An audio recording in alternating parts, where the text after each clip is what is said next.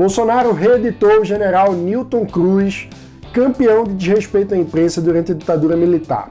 A CNN revelou o depoimento de Sérgio Moro, que veio sem bala de prata, mas com muita coisa importante para a gente analisar.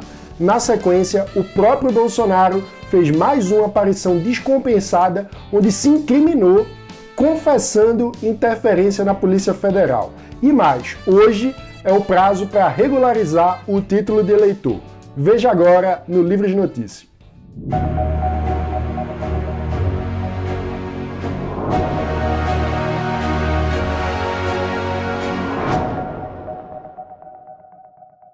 Moro, você tem 27 superintendências, eu só quero o Rio.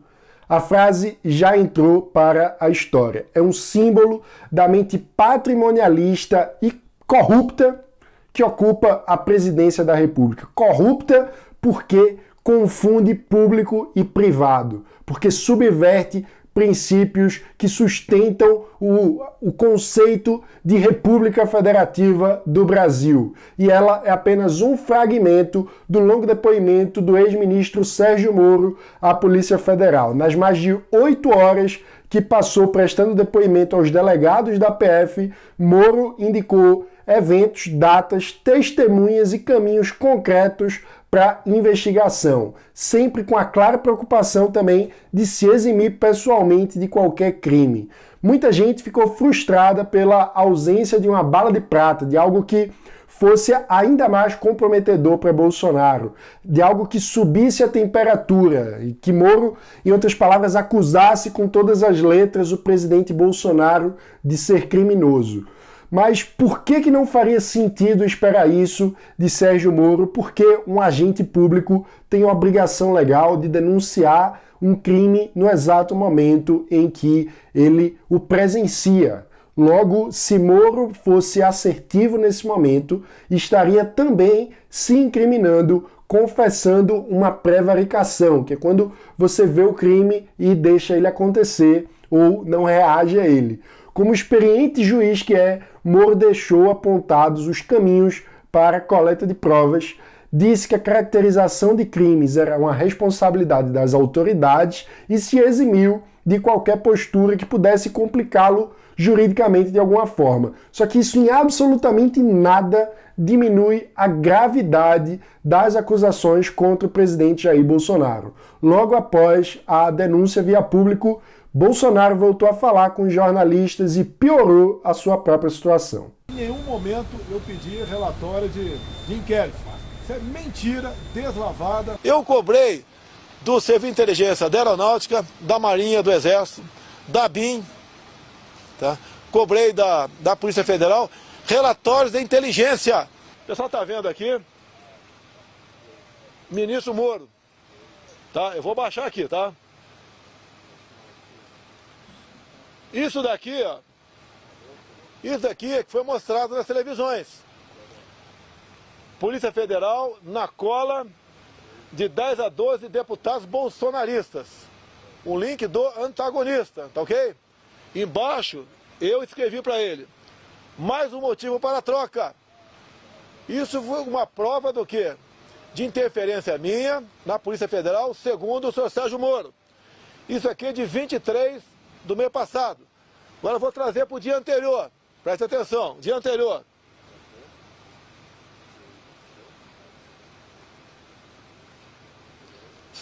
O mesmo link. Porque isso foi no dia anterior. Está aqui em verde, eu mandei para ele. Em branco ele mandou para mim. Ele começa, isso é fofoca. O Moro diz que isso é fofoca. Porque ele tem informações privilegiadas. O que é que chama atenção aí? Ao mostrar o seu próprio celular para os jornalistas, Bolsonaro confirmou a autenticidade das mensagens que haviam sido repassadas pelo ex-ministro Sérgio Moro ao Jornal Nacional. E com isso, Bolsonaro confessa o próprio crime. Ele confessa que realmente pressionou o então ministro da Justiça por uma troca na direção-geral da Polícia Federal e que essa pressão tinha um motivo muito claro: barrar investigações, complicar investigações que estavam em curso e prejudicavam aliados políticos do presidente da República. Ou seja, Bolsonaro tentou deliberadamente interferir no trabalho da Polícia Federal e trouxe as provas a público ontem, com cara de pau. E depois, no fim das contas, ele conseguiu fazer a mudança que ele queria, porque a primeira ação do novo diretor-geral da Polícia Federal foi justamente mudar o comando da PF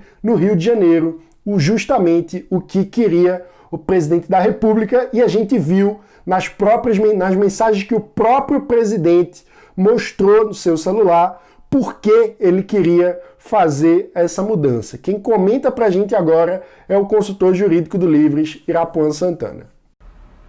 Realmente, esse depoimento ele veio ali a criar mais indícios, né, de cometimento de crimes pelo presidente Jair Bolsonaro.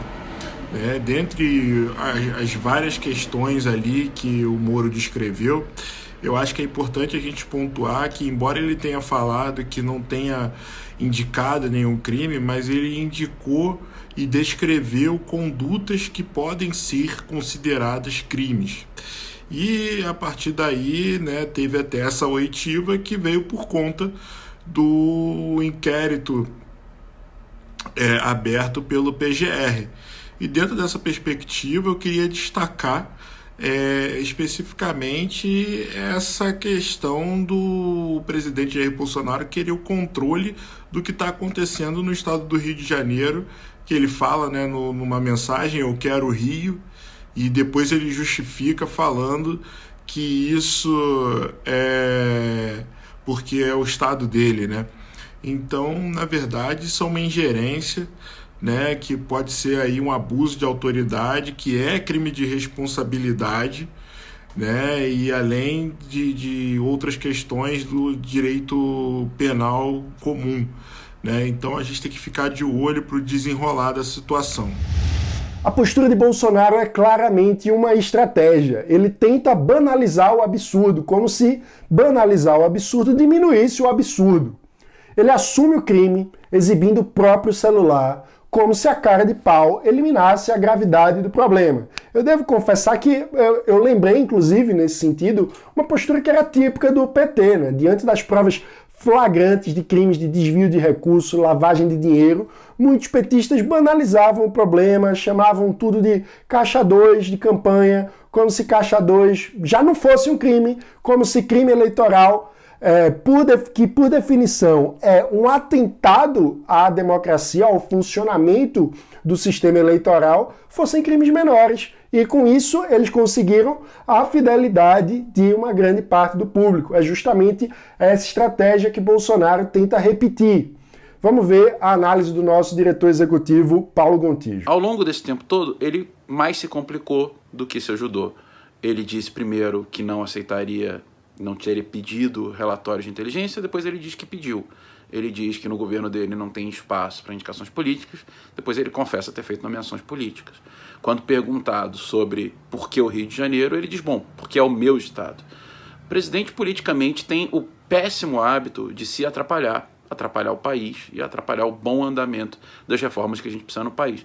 Mas, mais uma vez, ele se incrimina, na verdade, né? Ele cria contra ele evidências de que as denúncias de Sérgio Moro sejam verdadeiras. Pois é, Gontijo. Agora, voltando a falar sobre o depoimento de Sérgio Moro, vale destacar que o ex-ministro deixou vários caminhos para a apuração das provas. Um exemplo importante, ele insinuou que o ministro-general Augusto Heleno, do Gabinete de Segurança Institucional, teria consciência da impropriedade do pedido do presidente por ter dito que o tipo de relatório de inteligência que o presidente queria não tinha como ser fornecido. Por que não teria como ser fornecido? Porque é impróprio, porque é proibido pela lei. Esses fios soltos devem gerar novos capítulos dessa novela. Nesse sentido, o ministro Celso de Mello, que é o relator do caso no STF, já autorizou a convocação do Augusto Heleno e de outros ministros da ala militar para que deponham no inquérito da Polícia Federal. Ontem a gente tinha já noticiado aqui que o PGR tinha feito pedido para o STF convocar esses ministros e agora a novidade é que o Celso de Mello já expediu decisão autorizando a convocação dos ministros. O caminho não vai ser fácil para Jair Messias Bolsonaro. 2 dias depois de ver seus apoiadores agredirem profissionais da imprensa ligados ao jornal Estado de São Paulo, Bolsonaro surgiu absolutamente descontrolado no seu encontro diário com a imprensa, com os jornalistas pela manhã. A postura do presidente foi imediatamente comparada com uma cena emblemática do general Newton Cruz, que era o porta-voz da linha dura durante o regime militar. Vamos ver. Deixa eu falar. Pode falar, general.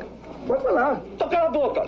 Brasília, pacata e ordeira. Brasília, desliga essa droga, então. Como repórter da Rádio Planalto, me sinto honrado de dar um empurrão. É uma patifaria.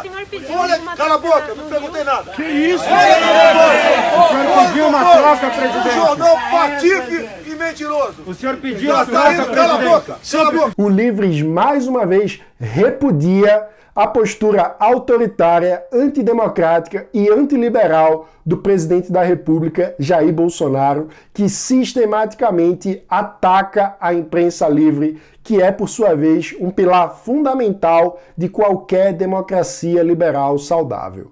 A resposta do jornalismo veio em forma de trabalho, como a gente já viu, trazendo a público o conteúdo do depoimento do ex-ministro Sérgio Moro à Polícia Federal. Por isso, hoje, a gente quer parabenizar o jornalista Caio Junqueira, da CNN, que é o autor desse furo de reportagem, e com esse gesto a gente presta a nossa solidariedade a todos os profissionais da imprensa. Os autoritários passam, o bom jornalismo permanece. Hoje, 6 de maio, é o dia limite para você regularizar o seu título de eleitor e assim poder votar nas eleições municipais de 2020. Em função da crise do Covid-19, tem uma notícia boa. O TSE digitalizou todo o processo de regularização do título de eleitor, então não tem desculpa. Se antes você tinha que ir pessoalmente nos tribunais regionais eleitorais, agora o processo pode ser feito sem sair de casa, basta acessar o link, a gente vai deixar aqui na descrição do vídeo. Vale lembrar que o Livres é contra a obrigatoriedade do voto, mas ele segue sendo obrigatório no Brasil, e além disso, se você defende a liberdade, é muito desejável que você também exerça a sua cidadania, exerça o seu direito e vote efetivamente em candidatos que representem de fato as suas ideias. E para poder votar, você precisa estar em dia com o seu título de eleitor, portanto, regularize se já não for a sua situação. Vale lembrar também que quem não regulariza o título fica proibido de obter empréstimos do governo, de se inscrever em concurso público, de tomar posse de qualquer cargo público, de renovar a matrícula em estabelecimentos de ensino fiscalizados pelo governo, entre outras punições. Ou seja, tem muita dor de cabeça, logo vale muito a pena, regularize o seu título de eleitor. Esse foi o Livres Notícia de hoje e não se esqueça, deixa aqui o seu like, se inscreva no canal e ative o sininho para não perder as notificações. Hoje, de meio-dia, Magno Cal também vai analisar o depoimento de Sérgio Moro, respondendo a seguinte pergunta: Sérgio Moro pode derrubar Jair Bolsonaro? E mais tarde, às 19 horas, no Livres Mercado, Paulo Gontijo recebe Marcos Boaz, um dos maiores empreendedores brasileiros no setor da economia criativa. Eles vão conversar sobre as tendências desse mercado, então não perca, vale muito a pena acompanhar ao vivo e enviar sua pergunta, então convide seus amigos e ative o sininho para não perder as notificações. Já o Livres Notícia, você sabe, de segunda a sexta-feira, sempre às 7 da manhã, nós trazemos para você os principais destaques do dia para quem defende a liberdade por inteiro. Obrigado e até amanhã.